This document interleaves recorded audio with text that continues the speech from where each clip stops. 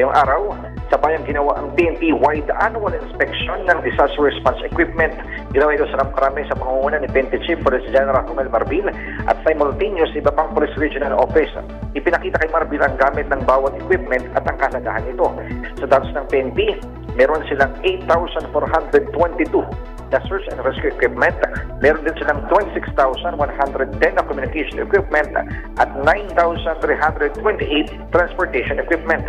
Samantala kanilang sinabi na 21,840 naman power ang PNP ang nakahanda sa response sa wala.